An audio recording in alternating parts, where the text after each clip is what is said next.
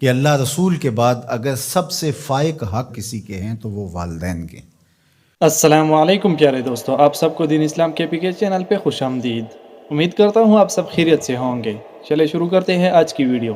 والدین کے رویوں میں اولاد کے لیے جو نرمی ہوتی ہے، اس نرمی کی وجہ سے عمومی طور پہ جو لاڈ ہوتا ہے، پیار ہوتا ہے، وہ پھر انسان کی طبیعت کا حصہ بن جاتا ہے، اور اولاد جب بڑی بھی ہو جاتی ہے تو وہ والدین کو اسی طرح سے ٹریٹ کرتی ہے، جبکہ اس کو یہ سمجھنا چاہیے کہ اللہ رسول کے بعد اگر سب سے فائق حق کسی کے ہیں تو وہ والدین کے، اور ان کی ناراضگی اللہ کی ناراضگی ہے، اور ان کی رضا اللہ کی رضا ہے۔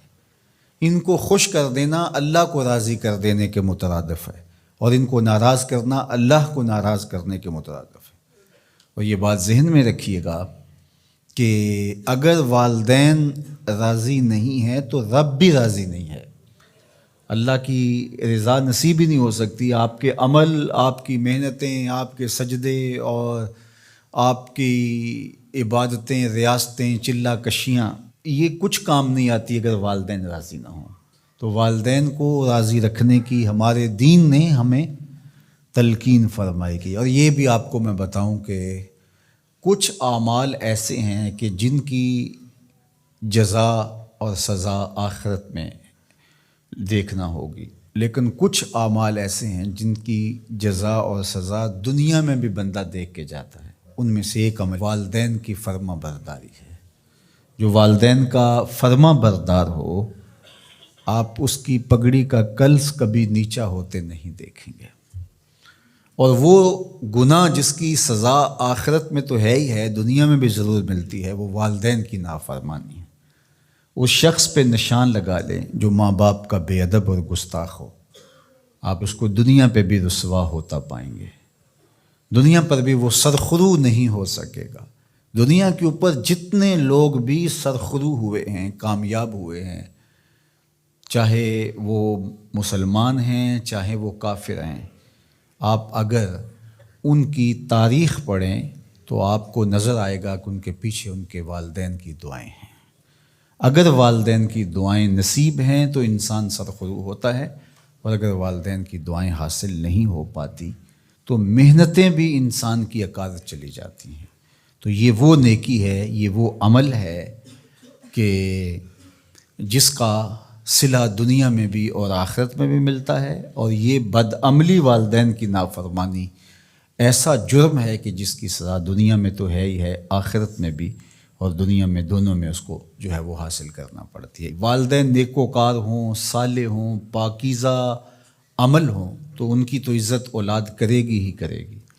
والدین برے ہی کیوں نہ ہوں، یا والدین بہت گناہ گار ہیں، شرابی ہیں اور بدکار ہیں اور اعمال بد ہیں، تو ان کی توہین نہیں کی جائے گی، اور اس بد اعمالی کی وجہ سے ان کے لیے دعائے خیر کی جائے گی۔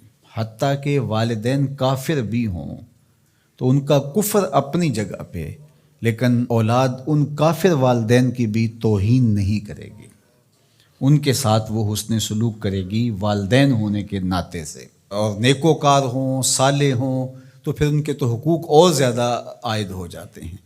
تو ماں باپ کے ساتھ ہمیں حسن سلوک کرنے کی تلقین کی گئی ہے۔ اچھا، یہاں اولاد کے لیے کبھی مسئلہ بن جاتا ہے، ماں کچھ اور کہہ رہی ہوتی ہے اور باپ کچھ اور کہہ رہا ہوتا ہے۔ اب اولاد کس کی اطاعت کرے؟ ماں کا حکم الگ ہوتا ہے اور باپ کا حکم اس سے مختلف ہوتا ہے۔ دونوں کے حکموں کو ساتھ لے کر اولاد نہیں چل پاتی۔ اب کیا کرے؟ علماء نے لکھا کہ پہلے تو ماں باپ کو ہی چاہیے کہ اولاد کو مشقت میں نہ ڈالے، کہ ایسا حکم دے کہ اولاد پھنس جائے کہ ماں کی بات مانو یا باپ کی بات مانو۔ ایک کی اطاعت سے دوسرے کی نافرمانی لازم آتی ہو تو بڑا مشکل مرحلہ ہو جاتا ہے۔ تو والدین کو اتنا خیال اور اتنا لحاظ رکھنا چاہیے کہ ان کو مشقت میں نہ ڈالے، ایسا حکم نہ دیں جو وہ بجا نہ لا سکے، جو ان کے لیے پورا کرنا مشکل ہو۔ اور بالخصوص ماں باپ کی لڑائی کے اندر اولاد جو ہے وہ پس کے رہ جاتی ہے۔ ماں کی بات مانی تو باپ ناراض، باپ کی بات مانی تو ماں ناراض۔ تو اس میں ایک تو والدین کو ہی چاہیے، لیکن کبھی اولاد پھنس جائے تو مسئلہ شرعی سن لیجئے، وہ یہ ہے کہ گھر کا حاکم جو ہے وہ مرد ہے، تو اگر ماں اور باپ دونوں کے احکام آپس میں ٹکرا رہے ہوں تو حکم مقدم ہوگا باپ کا.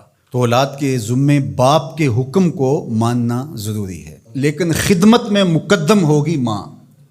جب باہر سے بچہ آتا ہے تو کھانے کے لیے یا کوئی چیز یا رات کو ٹانگیں دبانے بیٹھتا ہے تو خدمت میں مقدم ماں ہوگی، لیکن حکم کی تعمیل میں مقدم باپ ہوگا.